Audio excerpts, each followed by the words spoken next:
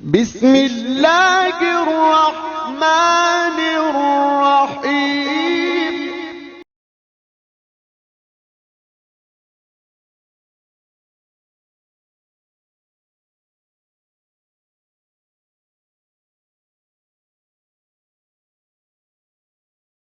تم فادخلوا فإذا طعمتم فانتشروا ولا مستانسين لحديث إن ذلكم كان يؤذي النبي فيستحيي منكم والله لا يستحيي من الحق صدق الله مولانا العظيم وصدق رسوله النبي الكريم الرؤوف الرحيم اللهم نور قلوبنا بالقرآن وزين أخلاقنا بالقرآن وادخلنا الجنة بالقرآن ونجنا من النار بالقرآن قال الله تعالى وتبارك في القرآن المجيد والفرقان الحميد بسم الله الرحمن الرحيم إن الله وملائكته يصلون على النبي يا أيها الذين آمنوا صلوا عليه وسلموا تسليما الصلاة والسلام عليك يا رسول الله وعلى آلك وأصحابك يا حبيب الله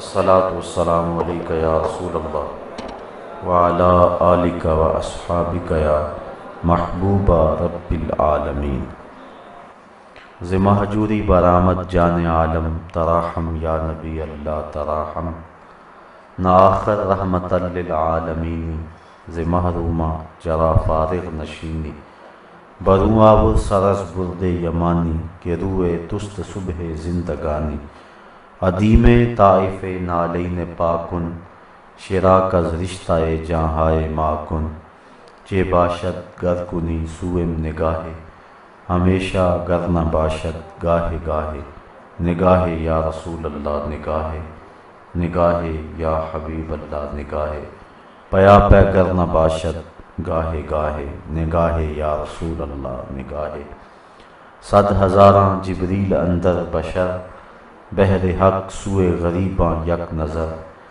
یا رسول اللہ انظر حالنا یا حبیب اللہ اسمع قالنا اننی فی بحر غم مغرقن خذ یدی ساحل لنا اشکا لنا یا صاحب الجمال و یا سید البشر من وجهك المنیر لقد نور القمر لا يمكن الثناء كما كان حقه بعد از خدا بزرگ توئی قصہ مختصر۔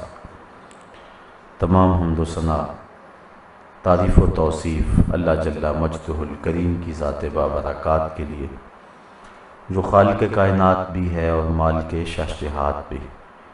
اللہ جل وعلا کی حمد و ثنا کے بعد حضور نبی اکرم شفیع امم رسول محتشم نبی مکرم صلی اللہ علیہ وسلم کے حضور ناز میں اپنی عقیدتوں ارادتوں اور محبتوں کا خراج پیش کرنے کے بعد معزز محترم محتشم سامعین خواتین و حضرات السلام علیکم ورحمۃ اللہ وبرکاتہ۔ اسلام میں آداب معاشرت کے عنوان سے کچھ گفتگو آج کی اس نشست میں آپ کے گوش گزار کرنا چاہوں گا۔ اللہ تعالیٰ میری زبان پہ کلمۃ الحق جاری فرمائے۔ شریعت اسلامیہ 5 چیزوں کے مجموعے کا نام ہے: عقائد، عبادات، معاملات اور حسن اخلاق اور حسن معاشرت۔ بعض لوگوں نے صرف مخصوص عقائد اور عبادات کو ہی دین سمجھا ہے، جبکہ دین ہماری ساری زندگی کے تمام شعبہ جات پر حاوی ہے۔ حضور نبی رحمت صلی اللہ علیہ وآلہ وسلم کی مکمل زندگی ہمارے لیے کامل نمونہ اور اسوہ ہے۔ ایک ایک چیز کھول کھول کے ہمیں بیان فرما دی گئی۔ عقائد، اعمال، عبادات۔ حسن خلق کی تعلیم، معاملات زندگی کی تعلیم اور حسن معاشرت۔ معاملات سے مراد بیع و شراء، خرید و فروخت، اس کا طریقہ کار، کاروبار کا طریقہ کار، یہ چیزیں اس کے زمرے میں آئیں گی۔ عقائد میں توحید و رسالت، آخرت اور اس طرح کے دیگر عقائد کے زمرے میں یہ چیزیں آئیں گی۔ عبادات کے اندر نماز، روزہ، حج، زکوٰۃ اور دیگر عبادات ہیں۔ اخلاق کے اندر تواضع، سخاوت اور وہ خوبیاں کہ جو مومن کی شان ہیں وہ خلق کے زمرے میں آئیں گے۔ حسن معاشرت سے مراد ہماری زندگی کے وہ روزمرہ کام اور امور ہیں جن کی خوبصورتی ایک معاشرے کو طمانینت اور حسن بخشتی ہے۔ اللہ تعالیٰ جل شانہ نے قرآن مجید کے اندر ان آداب کو ہمارے سامنے رکھا۔ میں نے آپ کے سامنے سورہ احزاب کی آیت نمبر 53 تلاوت کرنے کا شرف حاصل کیا، اس کا کچھ حصہ۔ اس میں اللہ تعالیٰ جل شانہ نے اپنے محبوب علیہ السلام کی چوکھٹ کا ادب بھی سکھایا اور امت کو انداز معاشرت بھی بتایا۔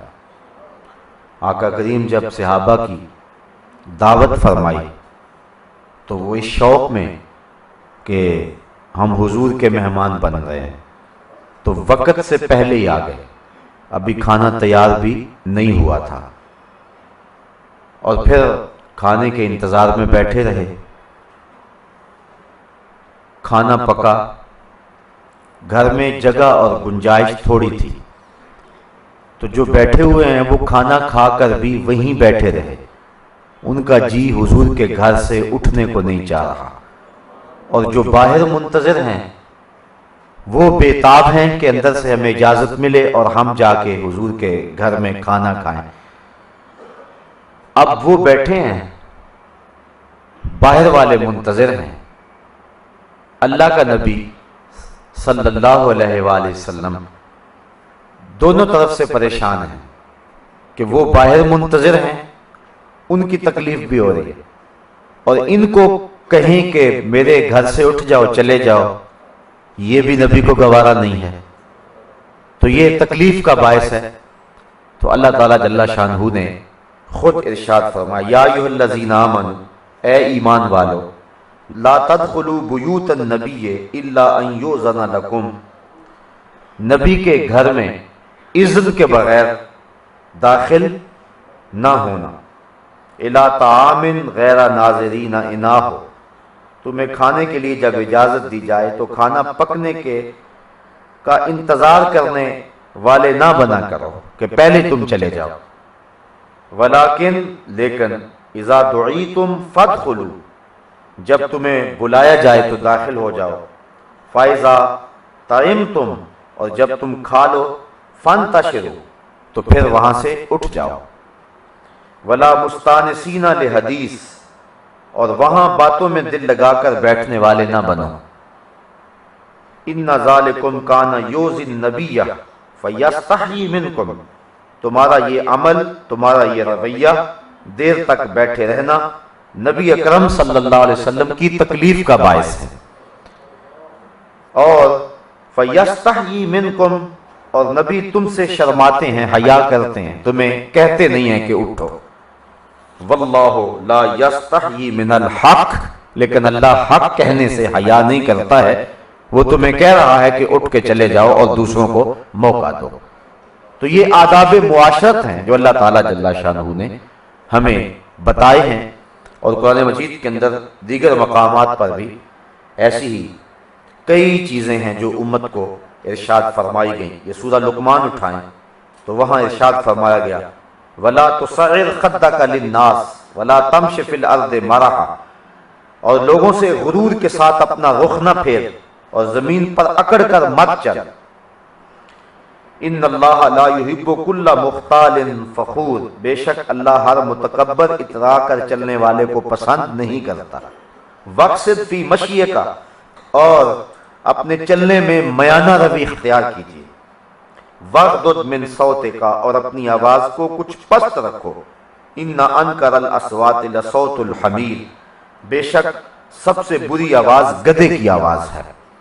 تو نہ چلا کر بات کرو اور نہ اتنی آہستگی سے بات کرو کہ کسی کو سمجھ بھی نہ آنے پائے، تو اپنی آواز کے لہجے کا حسن برقرار رکھو۔ گدھوں کی طرح چلانا یہ شریعت نے اس کو روکا ہے، منع کیا ہے۔ تو اس کے علاوہ قرآن مجید کے اندر، احادیث طیبہ کے اندر بہت سارے آداب ہیں جن کو بجا لانے کی ہمیں تلقین کی گئی ہے۔ حسن معاشرت اگر اچھا ہے تو آخرت کی بہتری کی ضمانت ہے۔ حضور علیہ السلام کی خدمت میں ایک عورت کا تذکرہ کیا گیا جو صوم و صلات کثرت سے کرتی ہے۔ حضور فرمایا اس کا ہمسایوں کے ساتھ رویہ کیا ہے؟ عرض کی کہ وہ ہمسایوں کے ساتھ اچھا سلوک نہیں کرتی۔ پھر ایک عورت کا تذکرہ کیا گیا جو صوم و صلات تو معمول کے رکھتی تھی لیکن ہمسایوں کے ساتھ اس کا رویہ ٹھیک تھا۔ تو حضور نے فرمایا کہ پہلی عورت جہنمی ہے اور یہ دوسری عورت جنتی ہے۔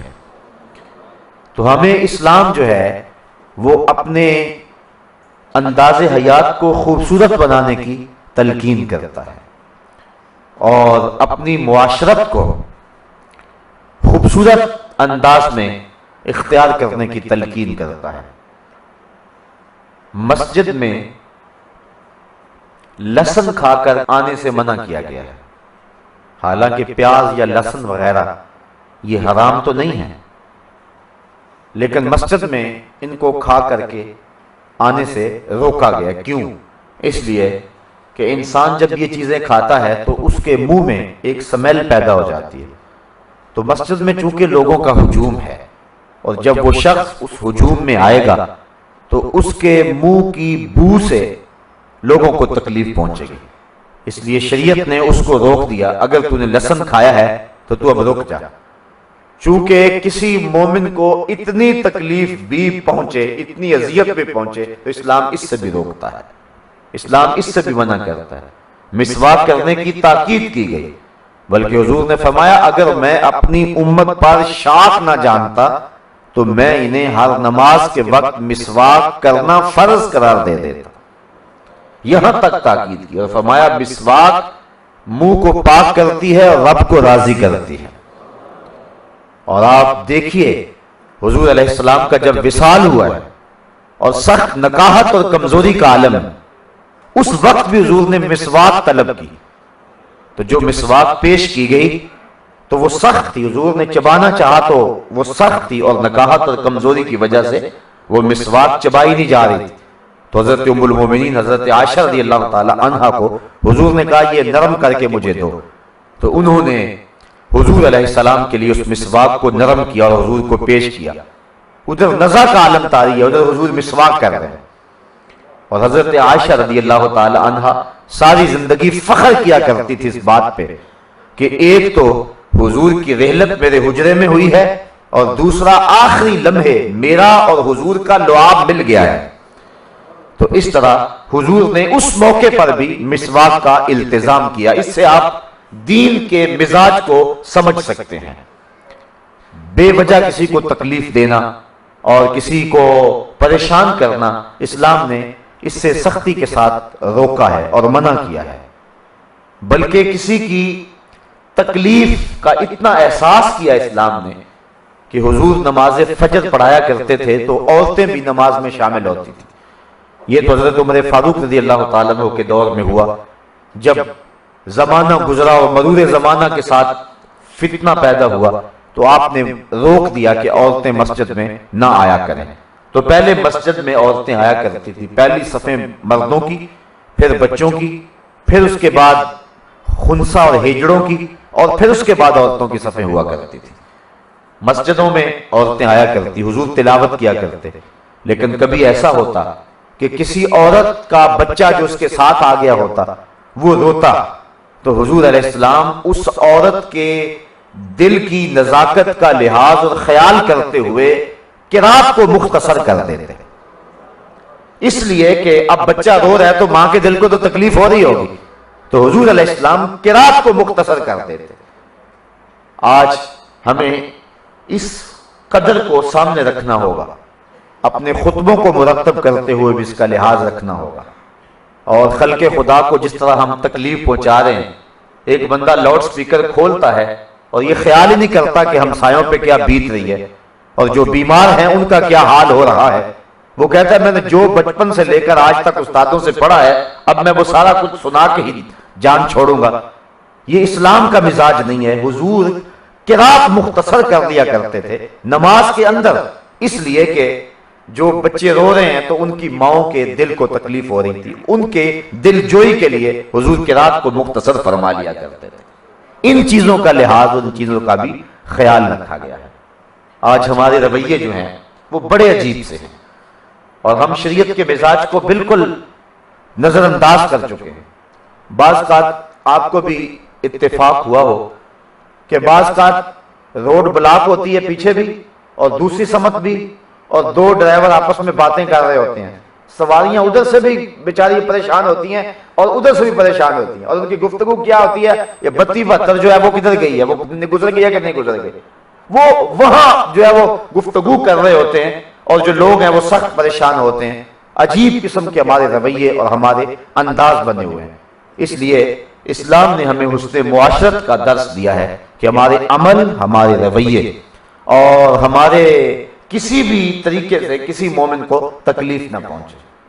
آپ نے وہ حدیث شبرات کے دنوں میں سنی ہوگی کہ حضرت عائشہ صدیقہ رضی اللہ تعالیٰ عنہ فرماتی ہیں کہ میں نے دیکھا کہ حضور چارپائی پہ نہیں ہیں، تو میں حضور کی تلاش میں مختلف ازواج مطہرات کے حجروں کی طرف گئی، لیکن حضور نہ ملے۔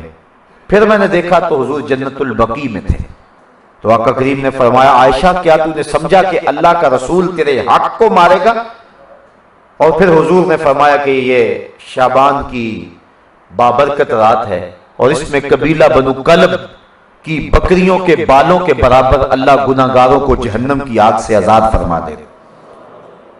اب حدیث کی آپ تفصیلات پڑھیں، تفصیلات یہ ہیں کہ حضور چپکے سے اٹھے ہیں اور ہولے سے دروازہ کھولا ہے، اور حضرت عائشہ رضی اللہ تعالی عنہا کو پتہ نہیں چل سکا کہ حضور میرے پاس سے آرام سے اٹھ کر کے چلے گئے ہیں۔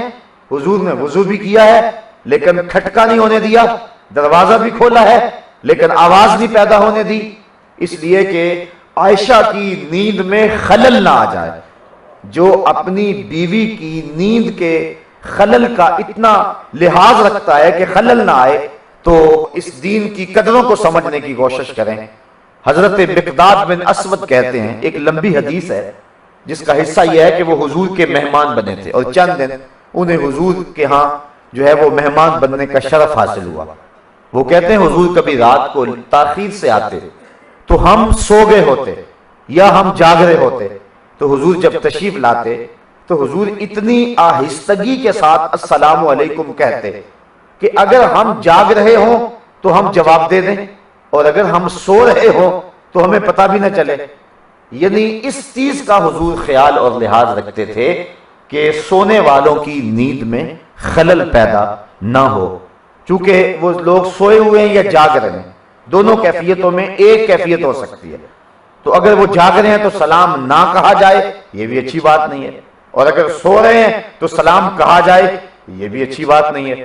تو حضور نے امت کے لیے نمونہ بننا ہے، تو آقا کریم علیہ السلام جو ہے آ کے جب سلام فرماتے ہیں تو آواز کو اتنا پست رکھتے ہیں کہ اگر وہ جاگ رہے ہوں گے تو وہ سلام کا جواب دے دیں گے، اور اگر وہ سو چکے ہوں گے تو آواز اتنی پست ہے کہ ان کو محسوس نہیں ہوگا اور ان کی نیند میں خلل پیدا نہیں ہوگا۔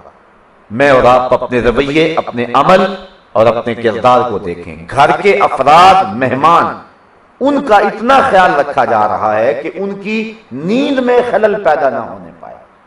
تو یہ شریعت کا مزاج ہے اور یہ اسلامی معاشرت ہے جس کی ہمیں تعلیم دی گئی۔ معاشرت کے حوالے سے بہت ساری باتیں اور بہت سارے عنوانات ہیں، وقت کی تنگ دامانی اس کا احاطہ نہیں کر سکتی۔ لیکن چند چیدہ باتیں میں آپ کے سامنے رکھنے کی کوشش کروں گا۔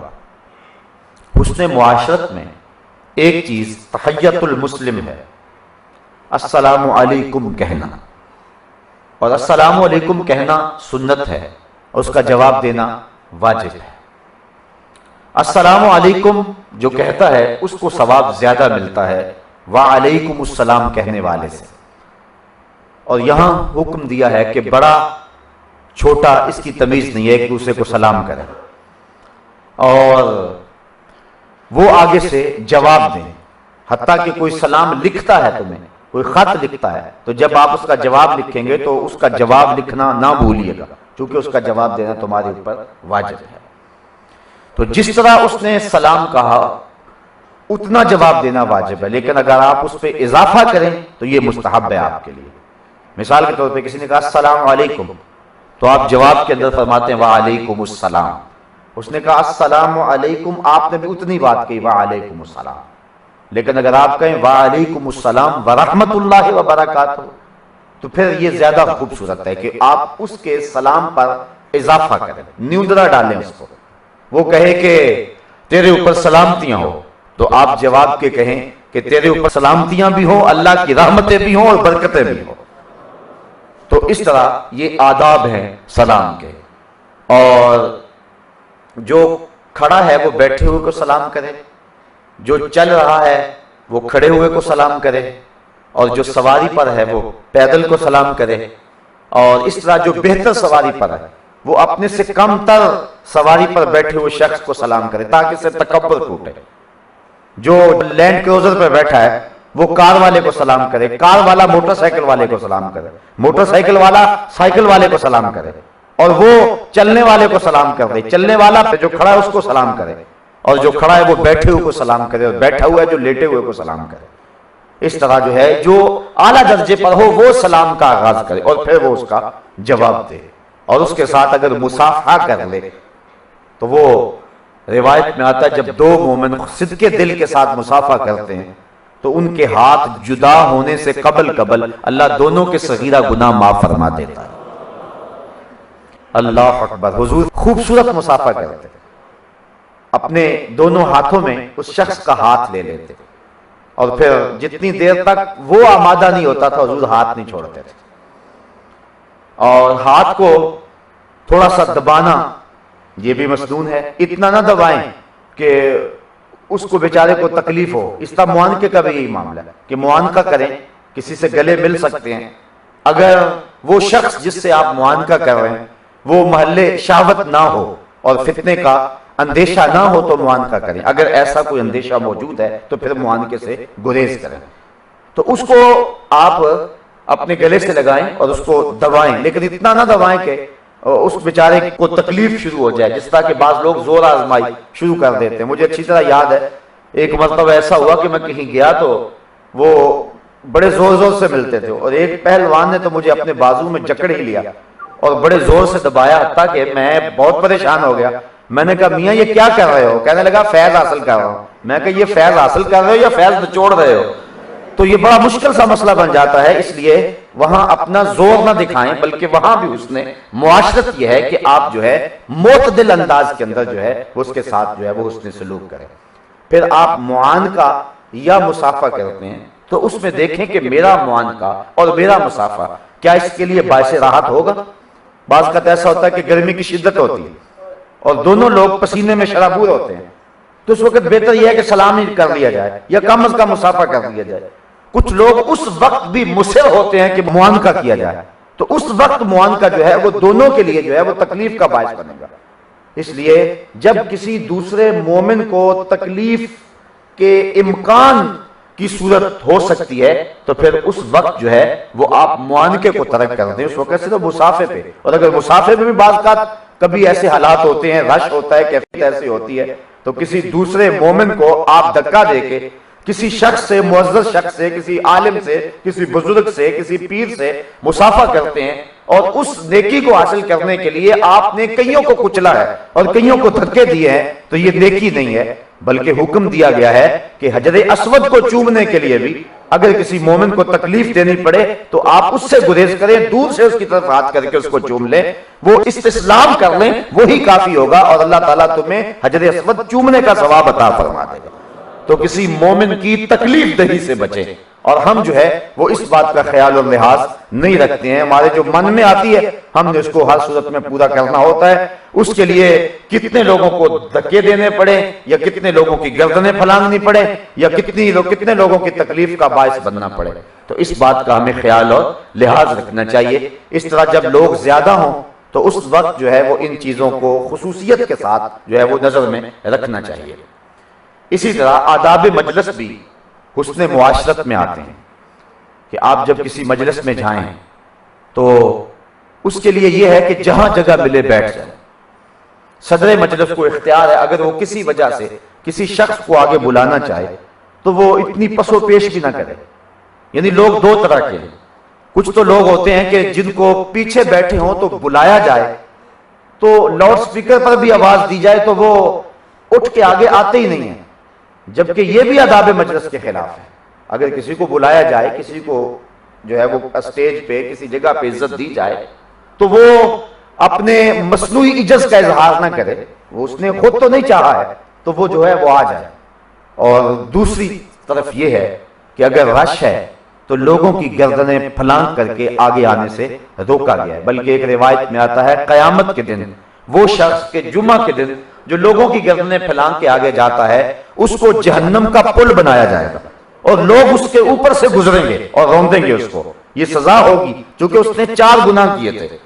جو کسی کی گردن کو پھلانگ کر کے آتا ہے، ایک تو وہ ایذائے مسلم کا ارتکاب کرتا ہے، کسی مسلمان کو ایذا دیتا ہے، دوسرا تحقیر مسلم کا ارتکاب کرتا ہے، باقیوں کو حقیر جانتا ہے اور اپنے آپ کو بہتر جانتا ہے اس لیے آگے بیٹھنا چاہتا ہے، اور تیسرا تکبر میں مبتلا ہوتا ہے کہ میں افضل ہوں لہذا میں آگے جاؤں، اور چوتھی چیز جو ہے وہ یہ ہے کہ وہ ریاکاری کرتا ہے اور سارے لوگوں کو اپنا آپ دکھانا چاہتا ہے۔ تو یہ دونوں چیزیں ان کا ہمیں لحاظ رکھنا چاہیے۔ اگر کسی بزرگ کو یا کسی وجہ سے کسی کو جو ہے وہ منتظمین صدر محفل آگے بلانا چاہے تو وہ اڑ کے نہ بیٹھ جائے، بار بار اعلان کیا جب وہ اٹھتا ہی نہیں ہے، ایک تو بات یہ ہے، اور دوسری بات یہ ہے کہ اگر کسی وجہ سے جو ہے وہ آگے جگہ نہ ملے، لیٹ پہنچا ہے یا کوئی اور سبب پیدا ہو گیا تو کوئی بات نہیں۔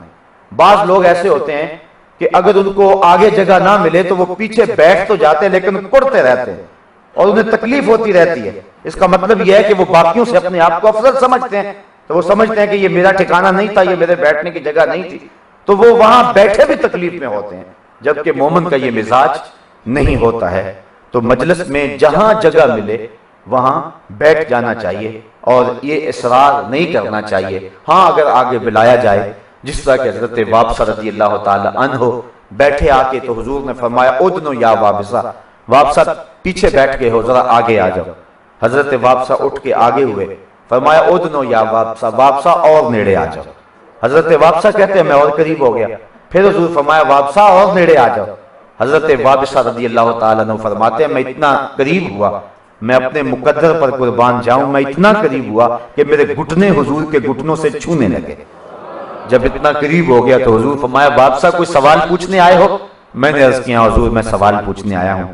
کہا وابصہ جو پوچھو گے تم پوچھو گے یا میں ہی بتا دوں کیا پوچھنے آئے ہو؟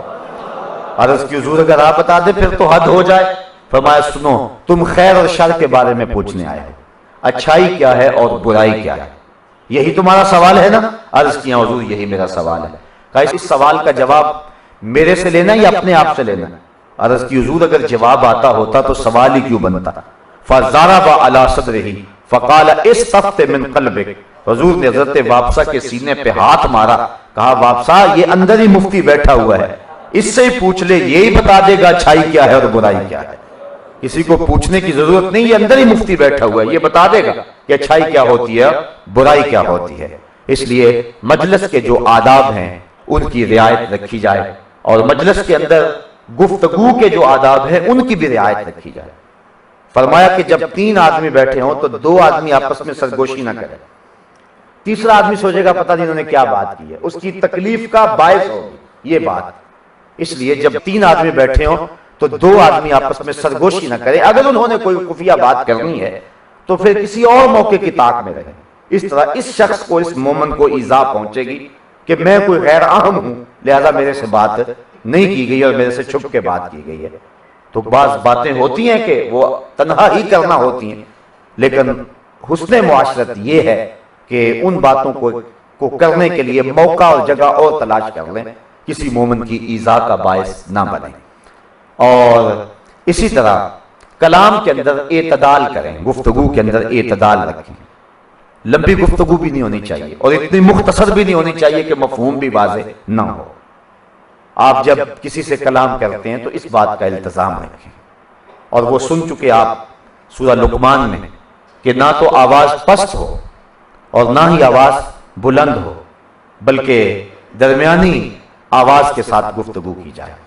جب آپ کسی سے گفتگو کریں تو اس کو مشقت میں نہ ڈالیں کہ بس اشارے اور کنائے کرتے جائیں اور جس کے لیے اس کو مشقت اٹھانا پڑے بات کو سمجھنے میں. بات سیدھی سیدھی کریں, دو ٹوک کریں. یا ایھا الذین آمنوا قولوا قولا سدیدا, اے ایمان والو سیدھی اور دو ٹوک بات کرو. اس کا فائدہ کیا ہوگا؟ اس سے تمہارے اعمال بھی ٹھیک ہو جائیں گے اور اللہ تمہاری مغفرت بھی فرما دے گا. پھر جب بات کرو تو لوگوں کے فہم کے مطابق کرو, یہ بھی گفتگو کا ادب ہے. لوگ بیٹھے ہیں جس معیار کی اور جس نفسیات کے, گفتگو اس کے مطابق کرو. اپنے علم کا روب جمانے کے چکر میں نہ پڑو اور بھاری اور بھرکم الفاظ بول بول کے جو ہے وہ لوگوں کو مرغوب کرنے کی کوشش نہ کرو. تم جب بات کرو تو گفتگو کو سمجھانے کا ذہن ہے تمہارا, بلکہ حضور نے فرمایا کلم الناس علی قدر عقولہم لا علی عقولکم. جب بات کرو تو لوگوں کے فہم کے مطابق کرو, اپنے فہم کے مطابق نہ کرو. تمہارے مخاطبین کیا گفتگو چاہتے ہیں اور کون سی گفتگو ان کے فائدے میں ہے اور کس انداز سے کریں گے تو ان تک وہ بات پہنچ پائے گی, اس بات کا التزام رکھو. یہ نہیں ہے کہ تم جو ہے وہ اپنی گفتگو کرو اور اپنے لفظوں کا جادو جگانے لگ جاؤ اور لوگوں کے ساتھ کے اوپر سے بات گزرتی چلی جائے. یہ گفتگو کا آداب ہے اور اس کا لحاظ رکھا جائے. جب بھی کسی عنوان سے بات کریں تو بات کو پورا کریں, ادھورا نہ چھوڑیں. بات کو ادھورا چھوڑ دینے سے تشنگی باقی رہ جاتی ہے اور یہ بھی تکلیف کا باعث ہے, اور اسلام نے جو ہے وہ اس سے بھی ہمیں منع فرمایا ہے.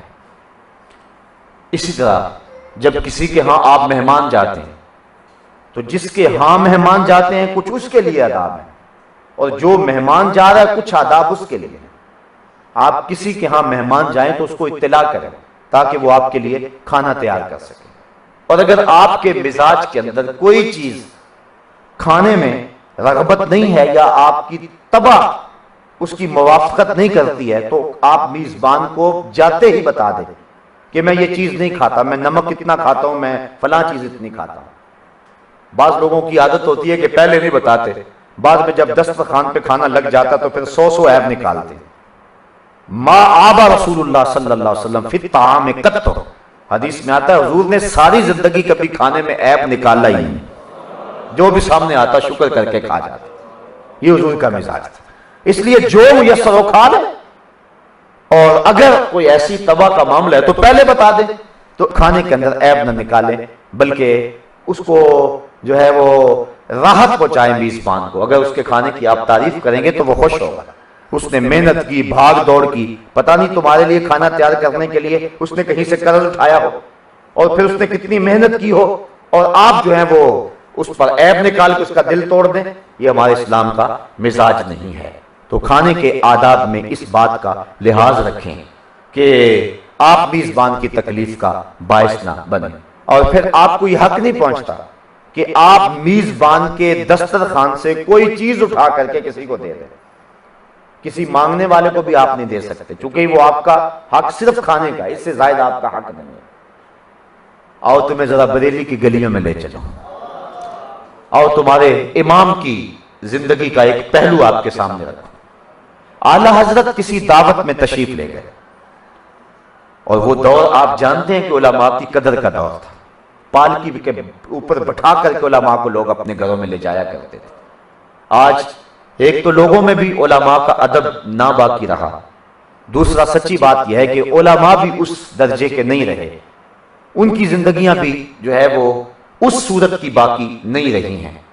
آپ کے شہر میں حضرت میر عبد الحکیم سیالکوٹی رحمت اللہ تعالی علیہ کا نام اتنا معتبر نام ہے کہ میں نے ان کے تذکروں میں سنا پڑا ہے کہ جب وہ مطالعہ کے لیے بیٹھتے تھے تو وقت کا حکمران اس نے ایک خادم مقرر کیا ہوا تھا کہ آپ نے کسی مٹی کے برتن کے اندر بادام روغن لے کے ان کے پاؤں میں رکھنا ہے تاکہ ان کے دماغ کو راحت پہنچتی رہے، اور 8-10 دن کے بعد وہ بادام روغن بدل دینا ہے، اور 8-10 دن مطالعہ کرتے ہوئے حضرت میر صاحب کے قدم جس برتن میں رہتے تھے اور جس بادام روغن میں ڈوبے رہتے تھے، 8 دن کے بعد وہ خادم اس کو پیک کر کے بادشاہ کے شاہی دربار میں بھیجتا تھا، اور بادشاہ جب اپنے بچوں کے ساتھ بیٹوں کے ساتھ کھانا کھانے بیٹھتا تھا تو چھوٹی چھوٹی رکابیوں کے اندر وہ بادام روغن بھی رکھتا تھا اور اپنی اولاد کو کہتا تھا اسے کھاؤ اسے کھاؤ۔ اس نے ایک عالم دین کے قدم چومے ہوئے، کبھی وہ زمانہ تھا۔ اور آج ہمیں شکایت ہے کہ لوگ ہماری قدر نہیں کرتے ہیں، یہ ہمیں خود سوچنا چاہیے کہ ہماری قدر لوگ کیوں نہیں کرتے ہیں۔ تو لوگوں کو بھی سوچنا چاہیے کہ اگر ان علماء کے وہ اعمال نہیں رہے ہیں تو ہم نے تو قدر علم کی کرنی ہے۔ بہرحال یہ دونوں طرف سے معاملہ ہے۔ تو اعلیٰ حضرت وہ جو دور تھا وہ دور بڑا خوبصورت دور تھا، پالکیوں پہ بٹھا کر کے علماء کو لوگ لے جایا کرتے تھے۔ اعلیٰ حضرت کو بھی ایک دعوت پہ لے گئے، انواع اقسام کی نعمتیں کھانے آپ کے سامنے رکھے۔ آپ کھانا کھانے سے پہلے وہ شوربہ چکھا تو اتنا لذیذ تھا کہ دل میں خیال آیا کہ میں یہ شوربہ پی لوں۔ صاحب دعوت کو بلایا، صاحب خانہ کو بلایا، کہا میاں اگر تم اجازت دو تو میں یہ شوربہ پی لوں؟ اس نے کہا حضرت یہ آپ کے لیے تو سب کچھ رکھا ہوا ہے، آپ کو اجازت لینے کی کیا ضرورت ہے؟ اعلیٰ حضرت فرمانے لگے کہ شوربہ جو ہے یہ کھانے کے لیے رکھا جاتا ہے، پینے کے لیے نہیں رکھا جاتا، اس کا عرف معقول ہے، مشروب نہیں ہے، تو اس کو چونکہ میں پینا چاہ رہا ہوں تو میں عرف سے ہٹنا چاہ رہا ہوں، تو جب میں عرف سے ہٹوں گا تو پھر مجھے سپیشل اجازت لینا ہوگی۔ میرے دیکھا دیکھی اگر باقی بغیر اجازت کے یوں شوربہ پینے لگ جائیں، آپ نے تو کھانے کے اعتبار سے اس کو تیار کیا ہوا ہے، آپ نے پینے کے لیے تو تیار نہیں کیا ہوا، یہ تو ہم نے جو ہے عرف بدلا ہے، تو پھر آپ کا شورا کم پڑ جائے گا تو آپ کو تکلیف ہوگی۔ اس لیے جو پینا چاہے گا وہ اجازت آپ سے طلب کرے گا، اور آپ اپنی گنجائش کے مطابق اجازت دیں گے تو وہ پی سکتا ہے، ورنہ یہ کھانے کے لیے بنایا گیا ہے تو اس کو کھایا جا سکتا ہے، پیا نہیں جا سکتا ہے۔ اور اس کی مثال اور نظیر آپ دیکھ سکتے ہیں، شادی بیاہ کے موقع پہ بطور چٹنی دہی رکھا جاتا ہے اور کچھ لوگ اس کو گلاسوں میں ڈال کے پینا شروع کر دیتے ہیں، پھر ہوتا کیا ہے کہ وہ دہی ایک جھٹکا بھی نہیں لیتا، اور لوگ جو ہے پھر تذلیل بھی شروع کر دیتے ہیں اور آوازیں کسنے لگ جاتے ہیں، جبکہ غلطی تو اپنی ہے۔ جو صاحب دعوت تھا اس نے دہی بطور چٹنی رکھا ہوا تھا، بطور مشروب تو نہیں رکھا ہوا تھا، اس کو غلط استعمال تو ہم نے خود کیا ہے اور خود ہی ہم شور کر رہے ہیں، قصور بھی ہمارا ہے۔ تو یہ کھانے کے آداب میں سے ہے، یہاں تک ہمارے ائمہ نے، ہمارے بزرگوں نے اتنی بھی رعایت رکھی ہے۔ آپ فرماتے کہ بھائی یہ کھانا بطور معقول استعمال ہوتا ہے، میں اس کو بطور مشروب استعمال کرنا چاہتا ہوں، لہٰذا مجھے الگ سے اجازت لینا ہوگی، اگر آپ اجازت دیتے ہیں تو میں اس کو پیوں گا، ورنہ میں اس کو کبھی بھی نہیں پی سکتا، اس لیے کہ جو اس کا عرف ہے اس کے مطابق اس کو استعمال کرنے کے ہم لوگ پابند ہوتے ہیں۔ یعنی اس قدر جو ہے وہ رعایت رکھی گئی ہے میزبان کی کہ اس پریشانی لاحق نہ ہو۔ آج ہم جو حال کرتے ہیں، میں ایک دعوت پہ گیا تو جب وہ بیرے کہتے ہیں کہ آؤ کھانا کھا لیں، تو وہ اس وقت جو حال ہوتا ہے تو میں کہتا ہوں ان الانسان لفی خسر، اگر اس کا منظر دیکھنا ہو تو آپ یہاں دیکھیں۔ تو میں وہ جہاں وہ باورچی پکا رہا تھا وہاں چارپائی پہ جا کے بیٹھ گیا، تو جو بھی وہ سالن وغیرہ لے کے جائیں تھوڑی دیر کے بعد وہی واپس آ جائے اور وہ کہیں کہ جی اس کے اندر جو ہے وہ لیگ پیس ڈالو، تو وہ مجھے وہ باورچی کہنے لگا کہ کاش کوئی ایسی مرغی دریافت ہو جائے جس کی صرف ٹانگیں ٹانگیں ہوں اور کوئی چیز ہو ہی نہ، باقی چیز تو کوئی کھانے کے لیے آمادہ ہی نہیں ہوتا ہے، اور اس طرح جو ہے وہ اہل خانہ کی تذلیل کی جاتی ہے اور بار بار واپس پلٹا کر کے جو ہے وہ کھانے کی بھی بے حرمتی ہوتی ہے اور اہل خانہ کو بھی جو ہے وہ رگڑا جاتا ہے اور ان کو ذلیل کیا جاتا ہے۔ یہ چیزیں بڑی ضروری ہیں، شاید آپ سمجھیں کہ ہم وقت نکال کے آئے ہیں اور یہ عام سی باتیں کر رہے ہیں، یہ آداب معاشرت اس کی اسلام کے اندر بہت زیادہ اہمیت ہے اور ان چیزوں کا لحاظ اور خیال رکھنے کی ہمیں تلقین کی گئی ہے، ہمیں جو ہے وہ اس کی طرف ہمیں بلایا گیا ہے کہ ہم اس انداز کے ساتھ جو ہے وہ آداب معاشرت کا لحاظ رکھیں۔ اسی طرح جب کسی کے ہاں آپ مہمان جاتے ہیں تو سب سے اہم کام جو ہے، حضرت لقمان حکیم کہتے ہیں میں نے 400 نبیوں سے ملاقات کی، 400 انبیاء سے ملاقات کی، اور ہر کی صحبت میں تھوڑا تھوڑا وقت گزارا ہے، اور ان سے میں نے بہت کچھ سیکھا ہے، اور جو ان کے ملفوظات میں نے سنے تو وہ میں نے جمع کیے تو وہ 8000 کلمات ہو گئے جو نبیوں کی تعلیمات کا خلاصہ تھا۔ پھر میں نے اس کا خلاصہ تیار کیا اور اس میں سے پھر میں نے جو ہے وہ 100 چیزیں الگ کی اور پھر اس کا خلاصہ تیار کیا، تو ان میں سے میں نے 8 کلمات کو منتخب کیا اور کہا کہ یہ 8 کلمات 400 نبیوں کی تعلیمات کا نچوڑ ہے، اور ان 8 کلمات کے اندر پھر 2 کلمات کا میں نے انتخاب کیا، اور ان 2 کلمات میں سے ایک کلمہ یہ ہے کہ جب کسی کے گھر جاؤ تو اپنی نظر نیچی رکھو۔ یہ 400 نبیوں کی تعلیم کا نتیجہ ہے۔ جب کسی گھر جاؤ تو اپنی نظر کی حفاظت کرو، وہاں جا کے تمہاری نظر آوارہ نہ ہونے پائے اور تمہاری نظر بے لگام نہ ہونے پائے، تمہاری نظر دریچوں اور کھڑکیوں سے جو ہے وہ کسی چیز کی تلاش میں بھٹکتی نہ پھرے، بلکہ تمہاری نظر جا کے اس گھر میں محفوظ ہو جائے۔ حضرت لقمان حکیم فرماتے ہیں یہ 400 نبیوں کی تعلیم کا نتیجہ اور نچوڑ ہے۔ تو یہ بھی ایک ادب ہے جس کی رعایت کا لحاظ اور خیال رکھنا چاہیے۔ مہمان نوازی اور میزبانی کے آداب کی ایک لمبی فہرست ہے، لیکن میں اپنی بات کو مختصر کرتے ہوئے آداب مریض اور تیمارداری کے حوالے سے 2 باتیں کر کے اپنی بات کو مزید مختصر کروں گا کہ جب کوئی شخص بیمار ہو جائے تو بیمار جو ہے اس کو یہ ادب دیا گیا ہے کہ وہ صبر کرے، اور جو باقی اس کے تیماردار ہیں ان کو یہ تعلیم دی گئی ہے کہ اس کی دلجوئی کے لیے بھرپور کوشش کریں اور اس سے تعلق والے لوگ اس کا حال پوچھنے جائیں۔ لیکن بہترین تیمارداری یہ ہے کہ اس کے ساتھ زیادہ وقت نہ گزارا جائے، یعنی بہترین تیمارداری یہ ہے سرعت القیام، کہ جلدی اٹھ جائیں، جا کے اس کے ساتھ جم کے بیٹھ نہ جائیں۔ تم تو فارغ ہو اور وقت آج تمہیں ملا ہے تو گھنٹوں بیٹھنے کا تمہارا پروگرام ہے، لیکن مریض کے کئی معاملے ہوتے ہیں اور بعض اوقات وہ افراد کے ہجوم سے گھبرا جاتا ہے۔ اس لیے بہترین تیمارداری کا ادب یہ ہے کہ سرعت القیام، جلدی سے اٹھ کھڑا ہو اور تھوڑی دیر مہمان جو ہے وہ بیمار کے پاس بیٹھے۔ یہ جو ہے وہ انتہائی اہم ادب ہے، اور اس کے سر پہ ہاتھ رکھ کے دعا مانگے، اور پھر جو بیمار ہے اس کو اللہ کی رحمت کی امید دلائے، نہ یہ کہ اس کو جس مرض میں مبتلا ہے اس حوالے سے کوئی ایسی خوفناک بات سنا آئے کہ جس سے اس کی بیماری اور بڑھ جائے۔ تو اس کو دعا بھی دے اور اس کی صحت و عافیت کے لیے اللہ سے آرزو بھی کرے، اور اس کو بھی کوئی اچھی بات کر کے صبر کی تلقین کر کے آئے، نہ یہ کہ اس قبیل کے مبتلا کسی مریض کا حوالہ دے کہ وہ بھی اس مرض میں تھا، وہ تو بیچارہ بچہ نہیں ہے، اس کا تو مرض اور ہی زیادہ بڑا ہے۔ اگر وہ کسی ڈاکٹر کا تذکرہ کرے تو وہ کہنے لگے کہ یہ تو ڈاکٹر ٹھیک ہی نہیں ہے۔ اس طرح کی بات نہ کرے کہ جس سے اس کو تکلیف پہنچے اور اس کی بیماری کی تکلیف اور بڑھ جائے، بلکہ یہ ادب ہے کہ سرعت القیام، جلدی اٹھ کے آ جائے اور صرف معقول بات کرے۔ اسی طرح آپ مسجد میں جاتے ہیں تو مسجد کے آداب ہیں، مسجد کے آداب کی رعایت رکھیں۔ مسجد کے آداب یہ ہیں کہ چھوٹا بچہ جو آداب مسجد نہیں جانتا اور جو مجانین ہیں ان کو مسجد میں نہ جانے دے، روک دے ان کو مسجد سے، اور پھر اس کے ساتھ ساتھ یہ بات بھی ذہن میں رکھے بغیر کسی ضرورت کے مسجد کی چھت پہ نہ چڑھے۔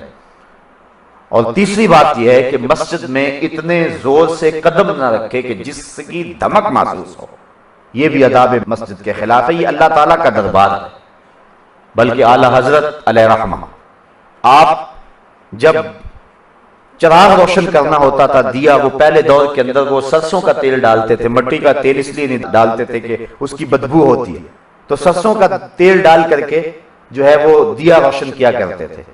تو اعلیٰ حضرت دیا روشن کرنے کے لیے دیے کو مسجد سے باہر لاتے اور پھر اس کے بعد اس کو آگ دیتے، پھر اٹھا کے جا کے مسجد میں رکھتے۔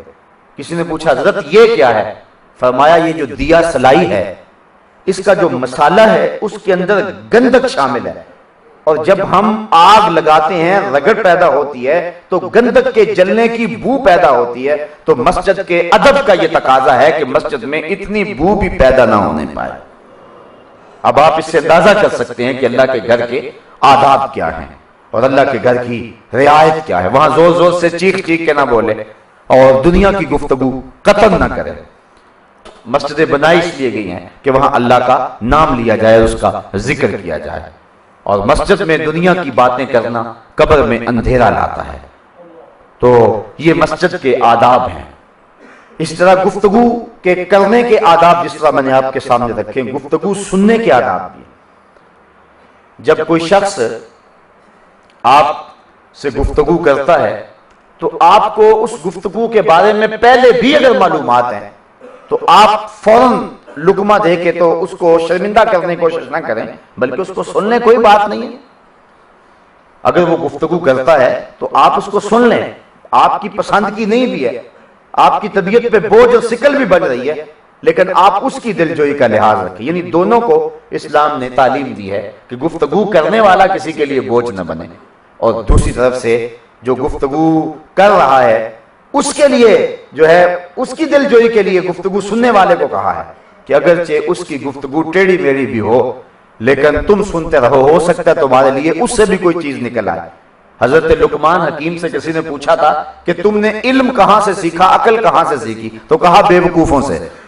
تو کہا یہ کیسی بات ہوئی؟ کہا جب بے وقوف کوئی برا کام کرتے تھے اور اس پہ ملامت ہوتی تھی تو میں وہ کام کرنے سے رک جاتا، اس کے الٹ کرتا۔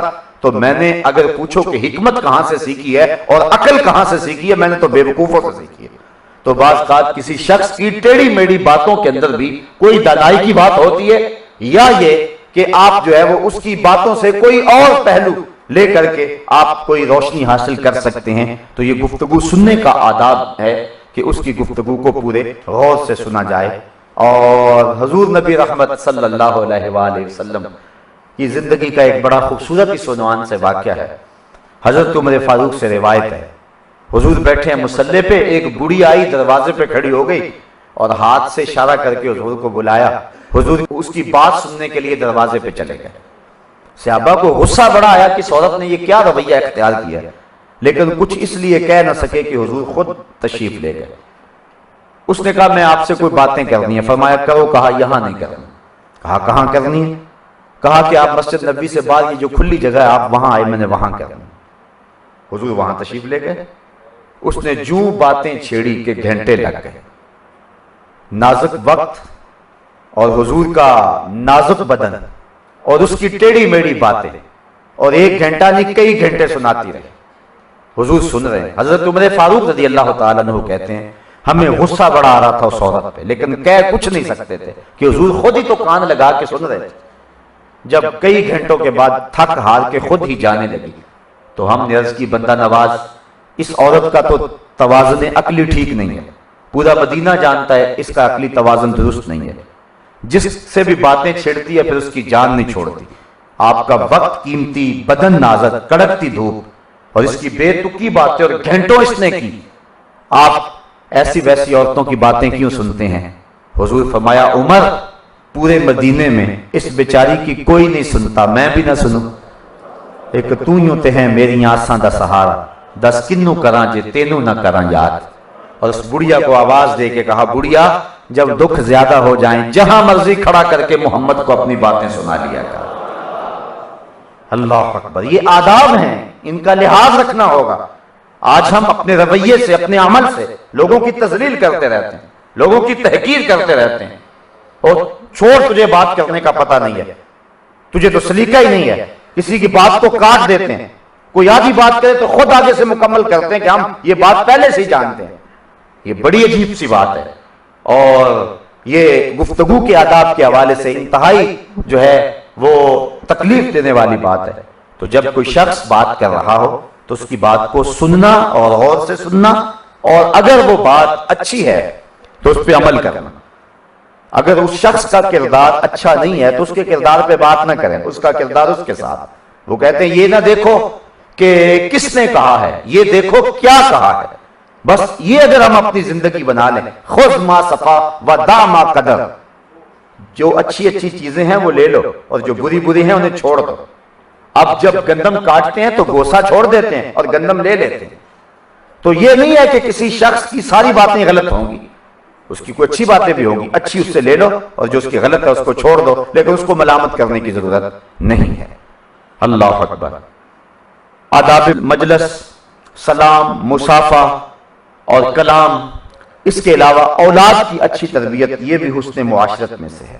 اس عنوان سے میں کل مختصر سی گفتگو کی ہے کہ اگر ہم اللہ اور اس کے رسول کے احکامات کو بجا لائیں تو اولاد کی اچھی تربیت ہوگی، اس کے نتائج سامنے آئیں گے. اور حضور فرمایا اپنی اولاد کو 3 چیزیں سکھاؤ. اس عنوان کے ساتھ حقوق اولاد کے حوالے سے باہر سٹال پہ ایک کیسٹ موجود ہے، اگر آپ اس کو لیں تو میرا خیال ہے کہ اولاد کی تربیت کے حوالے سے وہ بہت ہی کارآمد چیز ہے. اسی طرح میاں بیوی کا آپس کے اندر حسن سلوک اور ان کو جو ہے ایک دوسرے کے ساتھ کیسے معاشرت اختیار کرنی چاہیے، یہ بھی ایک اہم مضمون ہے اس عنوان کا. لیکن اس پہ بھی باہر کیسٹ موجود ہے، اگر آپ خرید لیں. میں دعویٰ تو نہیں کرتا، لیکن ایسا ہوا ہے کہ 2 میاں بیوی آپس میں الجھ گئے اور ہم نے مشورہ دیا ہے کہ دونوں بیٹھ جائیں بند کمرے میں اور درمیان میں یہ کیسٹ لگا لیں اور پھر 1 گھنٹے کے بعد فیصلہ کرنا کہ کون غلط اور کون صحیح ہے. اور مجھے ہمیشہ یہی رپورٹ ملی ہے کہ گھنٹے کے بعد دونوں کی صلح ہو گئی ہے. حتیٰ کہ 1 واقعے ایسے بھی ہوئے ہیں کہ طلاق تک نوبت پہنچی ہے، لیکن اس کو سننے کے بعد انہوں نے آپس میں رجوع کیا ہے.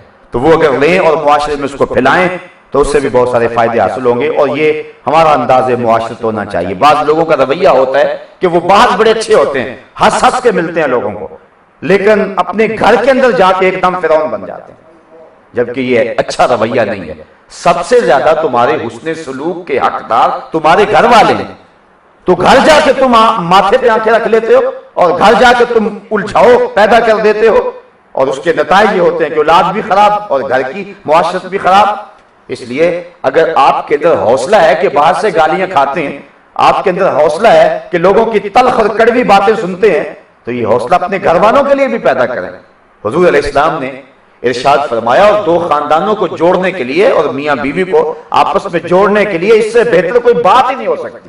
حضور نے فرمایا اگر بیوی کی کچھ باتیں تمہیں ناپسند ہوں تو فرمایا اس کی کوئی باتیں ایسی بھی تو ہوں گی جو تمہیں پسند ہوں گی، اور اگر تم ان کو دیکھ لو تو پھر تمہارے اندر نزاع پیدا نہیں ہوگا.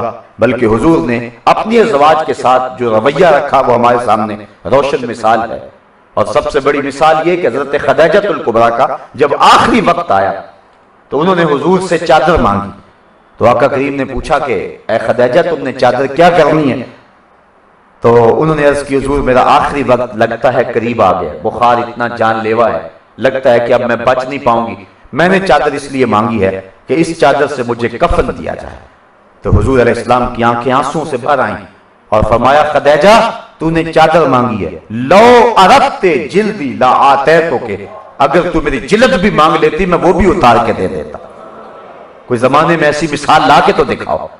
تو حسن معاشرت اپنے اہل خانہ کے ساتھ، بہترین حسن معاشرت کا انداز خندہ پیشانی اور سادگی، یہ 2 چیزیں اگر قوم میں آ جائیں تو معاشرے کو حسن نصیب ہو جائے گا. ساری گفتگو کا خلاصہ ان 2 چیزوں کو سمجھ لیں. بہت سارے لوگ سادگی اختیار کرنا چاہتے ہیں لیکن جھوٹی انا ان کو سادگی کی طرف آنے نہیں دیتی. اس معاشرے کے اندر جو تکلفات پیدا ہو گئے ہوئے ہیں اس سے ہر بندہ تنگ ہے. نجی مجالس کے اندر بیٹھے تو ہم کہتے ہیں کہ جی یہ غلط ہے، یہ غلط ہے، لیکن اس کے باوجود بھی ہم کرتے ہیں. یا تو ہمارے رویوں اور گفتگو کے اندر منافقت آ گئی ہے، یا ہم اتنے بزدل اور کمزور ہو گئے ہیں کہ ہم حق بات کو قبول کرنے کی اخلاقی جرت نہیں رکھتے ہیں.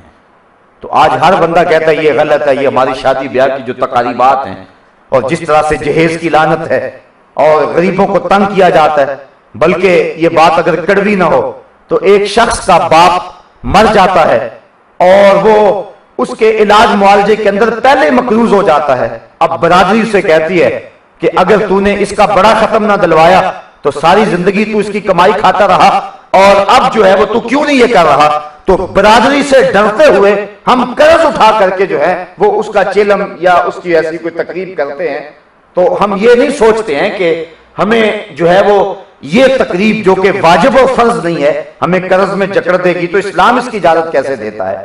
لیکن یہ ہم رویہ اختیار کرتے ہیں۔ مجھے اچھی طرح یاد ہے میرے ملنے والے ایک دوست تھے، کسی دور میں ان کا بڑا کاروبار ہوتا تھا لیکن بعد میں دن بدلتے رہتے ہیں، اوپر نیچے آتے رہتے ہیں، وہ تقریباً 40-50 لاکھ کے قریب مقروض ہو گئے اور اسی دکھ میں اذیت میں ان کے والد گرامی بھی انتقال کر گئے اور انہوں نے والد گرامی کے کفن دفن کے لیے بھی قرض اٹھایا تھا اور حال یہ تھا کہ قرض دینے کے لیے تیار نہیں تھا۔ تو 2-4 دن کے بعد میں فاتحہ پڑھنے کے لیے اس نیت سے بھی گیا ان کے گھر میں کہ ان کو سمجھاؤں کہ اب چیلم دسویں کی کوئی ضرورت نہیں ہے، گھر بیٹھ کر بھی تو دعا ہو سکتی ہے، لازمی نہیں ہے کہ آپ جو ہے وہ جانور ذبح کریں تو پھر یہ یوں بھی تو دعا ہو سکتی ہے۔ تو میں ان کو جا کے کہا تو انہوں نے کہا بالکل ہماری حالت بھی ایسی نہیں ہے لیکن جو برادری ہے وہ تو ہمیں تانے دے گی۔ تو میں نے کہا کہ پھر ساری زندگی اگر تم قرض میں جکڑے رہے تو لوگ آ کے تمہارا دروازہ توڑیں یہ زیادہ آسان ہے یا کہ جو ہے وہ لوگ تمہیں تانا دیں یہ زیادہ آسان ہے؟ تم اب خود فیصلہ کر لو۔ اور میں نے ان کو یہ پیشکش کی کہ آپ جو ہے وہ اپنی برادری کے چیدہ لوگوں کو اکٹھا کریں، میں ان کے پاس آتا ہوں، 2 گھنٹے 3 گھنٹے مجھے دینے پڑے اور میں جو ہے وہ اس پر گفتگو کروں گا اور ان کو قائل کروں گا۔ لیکن اس کے باوجود جو ہے وہ میں خیال 80-90 ہزار روپے انہوں نے خرچ کر کے جو ہے وہ مزید اپنے اوپر قرض چڑھایا۔ تو ان تکلفات کو ہم بوجھ سمجھنے کے باوجود اپنے رویے ایسے رکھتے ہیں کہ ہم سادگی کو اختیار کرنا پسند نہیں کرتے ہیں اور ہمارا رویہ جو ہے اس حوالے سے بڑا خطرناک ہے جس سے معاشرے کا چین اور طمانینت لٹ گئی ہے۔ بیٹی کی شادی کرنی ہے، کیا تک ہے کہ جو ایک آدمی 500 برات لے کر کے آ جائے؟ عجیب بات ہے، اس کا زور دیکھنے کے لیے آئے اور عجیب رنگ ڈھنگ ہے، 2-4-10 آدمی بھی آ سکتے ہیں، بیٹی کو عزت سے اٹھا دے اور وہ جو دولت وہاں لگی ہے وہ کسی اچھے کام آئے۔ تو سادگی اگر کسی معاشرے کے اندر پیدا ہو جائے، بلکہ ایک روایت ہے حضور علیہ السلام نے فرمایا اگر تم میانہ روی اختیار کر لو تو کبھی کنگال نہیں ہوگے، یعنی معیشت کی بہتری کا تیر بہدف نسخہ ہے کہ تم اپنی زندگی کے اندر اعتدال پیدا کر لو، اور ایک معاشرت کا اس سے حسن پیدا ہوتا ہے۔ اور دوسری بات خندہ پیشانی، اور وہ کل روایت میں نے آپ کے سامنے رکھی کہ حضور نے فرمایا لا تحتقرن من المعروف ولو ان تلق اخاک بوجہ طلق، کہ نیکی کو کبھی بھی تم چھوٹا نہ سمجھنا اگرچہ تم اپنے مومن بھائی سے ہنس کر کیوں نہیں ملتے ہو، یعنی اگر ہنس کر ملو کسی مومن بھائی سے، ہر وقت ماتھے پہ شکنے اور ہر وقت ماتھے پہ غصے کے آثار اور تیوری چڑھے رہنا، یہ ایک مومن کا مزاج نہیں۔ حضور علیہ السلام تبسم فرمانے والے تھے، جب بھی کوئی حضور سے ملتا حضور تبسم کرتے اس کے سارے دکھ ختم ہو جاتے۔ اعلیٰ حضرت یعقوب کہا جس کی تسکین سے روتے ہوئے ہنس پڑے، اس تبسم کی عادت پہ لاکھوں سلام۔ کچھ لوگ کہتے ہیں ہم ہنس کر ملے تو شاید ہمارا روب ختم ہو جائے گا، وہ ہر وقت موڈ میں رہتے ہیں اور عجیب ان کا مزاج ہوتا ہے، جبکہ خندہ پیشانی یہ مومن کا زیور ہے اور یہ ایسی دولت ہے جس پہ قیمت بھی کوئی نہیں لگتی۔ آپ کسی کا دل جیتنا چاہیں، آپ کسی کو خوشی دینا چاہیں تو آپ کچھ نہیں دے سکتے، اتنا تو دے سکتے ہیں کہ اس کو ہنس کے مل لیں، تو جب اس کو ہنس کے ملیں گے تو یقیناً اس کو تسکین پہنچے گی۔ لیکن بعض لوگوں کا رویہ اس حوالے سے بھی بڑا تلخ اور کرخت ہوتا ہے۔ میں کل اپنے دوستوں کو ایک بات سنوان سے سنا رہا تھا، صوفی صاحب جانتے ہیں ہمارے دوست ہیں عبید اللہ ستی صاحب، اسلام آباد سے درس قرآن کے ساتھی ہیں۔ ایک دن یہی بات ہو گئی کہ بعض لوگ بڑے ہر وقت غصے میں رہتے ہیں، وہ درود بھی پڑھ رہے ہوں پھر بھی غصے میں ہوتے ہیں، تو وہ اپنا ایک تجربہ بیان کرنے لگے۔ وہ کہنے لگے میں جس محکمے میں کام کرتا ہوں ہمارا جو ڈائریکٹر ہے وہ ہر وقت غصے میں ہوتا ہے، ہم نے کبھی زندگی میں اس کو ہنستے دیکھا ہی نہیں۔ وہ صبح سیر کر رہا ہو پھر بھی غصے میں ہوتا ہے، نسیم سحر چل رہی ہو پھر بھی غصے میں ہوتا ہے، سرمئی بادل طاری ہوئے ہو آسمان پہ ساون برس رہا ہو وہ پھر بھی غصے میں ہی ہوتا ہے، ہر وقت غصہ ہی غصہ اس کے چہرے پہ۔ وہ کہتے ہیں ایک مرتبہ ایسا ہوا عورتیں گھروں میں سیٹنگ بدلتی رہتی ہیں، کبھی بیڈ اٹھا کے ادھر رکھ دیا اور جو ہے وہ چارپائیاں ادھر رکھ دی اور کبھی جو ہے وہ سیف ادھر رکھ دی، یہ عورتوں کا مزاج ہوتا ہے۔ تو اس نے اپنے شوہر سے کہا کہ ذرا 2 ملازم بھیجنا دفتر سے، تو وہ میرے ساتھ تھوڑی سی سیٹنگ تبدیل کروا دی۔ تو 2 ملازم دفتر سے گئے۔ میرا مقصود ہنسانا آپ کو نہیں ہے، لیکن یہ چونکہ بات تبسم پہ بھی ہو رہی ہے تو کہا لگا کر ہنسنے سے گریز کر لیں گے، لیکن ویسے تبسم میں کوئی حرج نہیں ہے، اور اس سے تفہیم مسئلہ بھی ہو جائے گی جو میں آپ کو سمجھانا چاہتا ہوں۔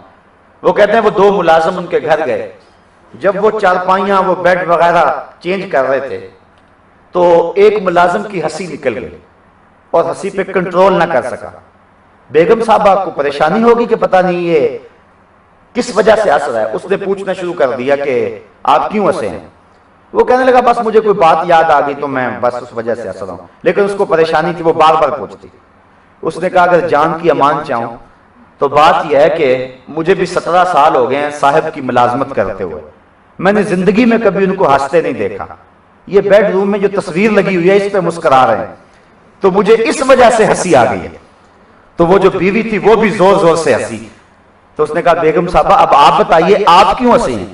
تو وہ کہنے لگی میرے پاس بھی یہی سرمایہ ہے، کبھی میں نے بھی اس کے علاوہ ان کو کہیں ہنستے ہوئے نہیں دیکھا ہے۔ تو تبسم کے اندر کیا جو ہے وہ بوجھ لگ جاتا ہے، کیا تکلیف ہو جاتی ہے، تو مومن کو خندہ پیشانی سے ملنا یہ ایک بہت بڑی دولت ہے، بالخصوص عیدین کے موقع پر اور شادی خوشی کے موقع پر جو ہے وہ مسرتوں کا تبادلہ اور مسرتوں کا اظہار کرنا، یہ معاشرے کا حسن ہے۔ ہمارے اس معاشرے کے اندر، جس معاشرے میں ہم جی رہے ہیں، ہمارے معاشرے کی یہ پرابلم ہے بہت بڑی کہ ہم ہر وقت جو ہے وہ پریشان ہی رہتے ہیں۔ ایک مرتبہ میں کسی درس قرآن پہ جانا تھا تو اس وقت میرے پاس گاڑی نہیں ہوتی تھی، تو انہوں نے ڈرائیور بھیجا اور میں ساتھ چلا گیا۔ سفر خیر اتنا لمبا تو نہیں تھا، لیکن جاتے ہوئے بھی واپسی تک بھی وہ جو ڈرائیور صاحب تھے وہ سخت غصے میں، اور میں پریشان ہو گیا۔ میری طبیعت کوئی جمالیاتی سی ہے اور گفتگو کوئی ہو جائے اس طرح کی تو طبیعت کو تسکین پہنچتی ہے۔ تو جب واپسی آئے تو مجھ سے نہ رہا گیا، تو میں نے کہا حضرت کیا مسئلہ ہے؟ میری آپ کی پہلی ملاقات ہے اور آپ سخت غصے میں جاتے ہوئے بھی آتے ہوئے۔ تو اس کو پھر ہنسی آ گئی، کہنے لگا اصل میں بلڈ پریشر کا مریض ہوں، اس لیے جو ہے میرے لیے مشکل ہے۔ میں نے کہا یہی تو علاج ہے اس کا، اگر تم ہنسو تو تمہاری یہ تکلیف دور ہو جائے۔ تو آئیے میں اور آپ اپنی زندگی کو اور اپنے شب و روز کو حسن دیں، اچھائی دینے کی کوشش کریں، اور اپنے اندر کو صاف کریں گے تو یقیناً مسرت نصیب ہوگی۔ اصل ہمیں خوشی اس لیے نہیں ملتی کہ ہم لوگوں کو خوش نہیں رکھتے ہیں۔ یہ تجربہ کر لیں، جو لوگوں کے لیے خوشیاں بانٹتا ہے اس کو حقیقی مسرت نصیب ہوتی ہے، اور جو دکھ بانٹے اس کو کبھی خود مسرت نصیب نہیں ہو سکتی۔ وہ کیا کسی نے کہا تھا کہ تم نے ہر کھیت میں انسانوں کے سر بوئے ہیں، اب زمین خون اگلتی ہے تو شکوہ کیسا؟ جب زمینوں میں انسانوں کے سر بو گے تو پھر تم مسرت کی فصل نہیں کاٹ سکتے، اور جب لوگوں کے دکھ تم سنو گے اور ان کو خوشیاں دو گے تو پھر تمہاری معاشرت کے اندر حسن آ جائے گا، اور جب تم انسانوں کے ساتھ حسن سلوک کرو گے تمہاری زندگی خود سہل ہو جائے گی۔ تو یہ 2 ضابطے ہیں کہ ایک تو ہم تبسم کا مزاج بنائیں اور مسرتیں تقسیم کریں اور خوشیاں بانٹیں، اور دوسری طرف جو ہے وہ ہم سادگی کی زندگی کو اختیار کرنے کا مزاج بنائیں۔ اس عنوان سے میں بہت کچھ کہنا چاہتا تھا، اور یہ میرے معاشرے کی ایک دکھتی ہوئی رگ بھی ہے، اور اس عنوان سے بہت چیزیں ہیں جو ہم اپنے معاشرے میں شب و روز دیکھتے رہتے ہیں۔ اس پر انشاءاللہ میں اپنے دروس میں گاہے گاہے کوئی نہ کوئی بات کرتا رہتا ہوں۔ آج اس عنوان سے یہ چند باتیں، گو یہ عام سی باتیں آپ سمجھیں گے، لیکن اگر ہم ان چیزوں پہ غور کریں تو ہمارا معاشرہ خوبصورتیوں کی طرف آ جاتا ہے، ہمارا معاشرہ روشنیوں کی طرف آ جاتا ہے۔ ہمیشہ رات کے اندھیرے نہ دیکھیں، کبھی چمکتے ہوئے ستاروں کو بھی دیکھ لیا کرو، اور ہر وقت شب دہجور کی ظلمتیں نہ دیکھیں، کبھی چاند کی چاندنی کا نظارہ بھی کیا کرو، اور صرف ہر وقت شدت کی گرمی کا شکوہ ہی نہ کریں، کبھی گھنے درختوں کی ٹھنڈی چھاؤں بھی دیکھا کرو، اور ہر وقت جو ہے وہ پسینے میں شرابور ہو کے شکوے کی زبان نہ کھولا کرو، کبھی سرمئی بادل ساون کے چھائے ہوئے اور رم جم برستے ہوئے بادلوں کی برکھا اور بہار بھی دیکھا کرو، ہر وقت کانٹوں کا شکوہ نہ کیا کرو، کبھی گلاب کی پتیوں کے اوپر شبنم کے گرے ہوئے قطروں کو بھی دیکھا کرو، اور بلبل کو گیت گاتے ہوئے بھی دیکھا کرو، کبھی صبح صبح جو ہے وہ کوئل کے لہجے کی سماعت بھی کیا کرو، اور زندگی کو تھوڑا سا جمال دو، زندگی کو تھوڑا سا اجالا دو، اور زندگی کے دکھ جو ہیں وہ ختم ہو جاتے ہیں اور تکالیف جو ہے وہ ختم ہو جاتی ہیں۔ بھول جانے کا مزاج بھی بناؤ، بھول جانا بھی اللہ کی نعمت ہے۔ غموں کو بھول جایا کرو اور خوشیوں کو خریدا کرو، اور حقیقی خوشیاں تب ملے گی جب اوروں کو خوشیاں دو گے۔ جب بیوی کو خوشیاں دو گے تمہارا گھر خوشحال ہوگا، جب بچوں کو خوشیاں دو گے تمہاری زندگی خوشحال ہوگی، جب ہمسائے کو خوشی دو گے تمہارے آنگن میں سویرے ہوں گے، اور جب تم معاشرے کو خوشی دو گے تو تمہاری زندگی جو ہے وہ باغ و بہار بن جائے گی۔ لیکن اگر تم لوگوں کو خوشیاں نہ دے سکے تو لوگ تمہیں خوشیاں نہیں دیں گے، اور سوائے جو ہے وہ جلنے اور کٹنے مرنے کے اور کچھ نہیں ہوگا۔ اس وقت میرے معاشرے کو جو ہے وہ حسن کی ضرورت ہے، آئیے میں اور آپ مل کر کے حسن کشید کرنے کی کوشش کریں۔ اور آخری بات، آؤ ہم اگر حسن چاہتے ہیں تو حسن محمد کی زکوٰۃ مانگے رب سے۔